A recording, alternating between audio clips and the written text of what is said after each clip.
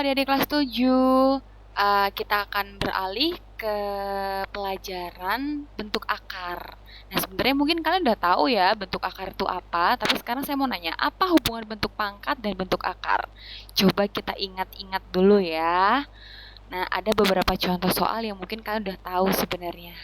Contoh, 2 pangkat 2 artinya adalah 2 kali 2 hasilnya sama dengan 4. Nah, ternyata kalau ditulis dalam bentuk akar, akar dari 4 itu adalah sama dengan 2. Nah, coba kita lihat contoh yang lain. 3 pangkat 2. 3 pangkat 2 itu 3 kali 3 hasilnya 9. Nah, sedangkan kalau kita cari akar dari 9 itu sama dengan 3. Kemudian contoh yang lain, 4 pangkat 2 itu sama dengan 4 kali 4. Betul, hasilnya 16, sedangkan kita tahu akar 16 itu sama dengan 4. Ya kan? Lalu coba kita bilangan yang lain tapi langsung saja ya. 5 pangkat 2 itu hasilnya 25. Nah, kita tahu bahwa akar dari 25 itu sama dengan 5. Nah, satu lagi deh. Kita coba dengan 6. 6 kuadrat kita tahu hasilnya 36. Dan hasil akar dari 36 itu sendiri adalah 6. Lalu apa hubungan dari bentuk pangkat dan bentuk akar dong? Nah, bentar ya. Kakak atur dulu ini punya papan tulis. Oke. Nah, andai kata kita tulis dalam variabel umum, misalnya saya punya A kuadrat sama dengan B. Ternyata ini akar dari B itu adalah A itu sendiri. Jadi sebenarnya, maaf kecoret. Oke.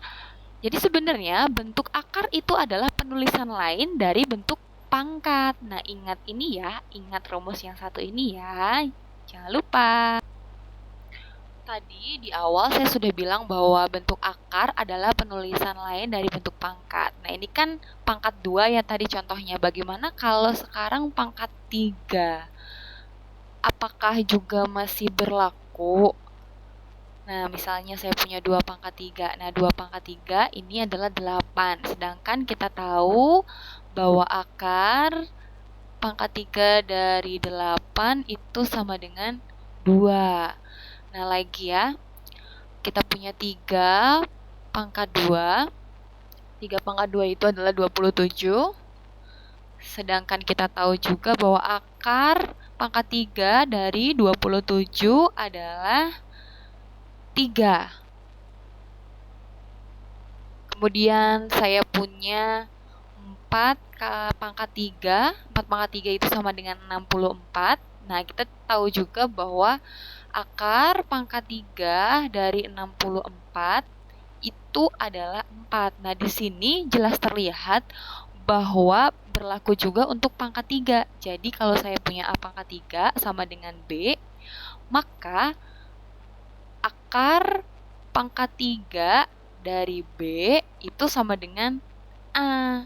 Jadi berlaku juga hubungannya. Jadi ingat ya, dikotakin dulu deh biar ingat. Tapi kotaknya jelek. Ulangilah. Ulangi bentar ya. Susah bikin kotaknya. Makin jelek. Ini soalnya saya lagi belajar. Memang saya baru belajar pakai pen tablet. Mohon maaf ya. Oke, saya ulangi lagi. Saya kotakin bahwa perlu diingat A pangkat 3 sama dengan B juga berlaku. Akar pangkat 3 dari B sama dengan A. Artinya bentuk pangkat adalah bentuk akar juga, tapi penulisan dalam bentuk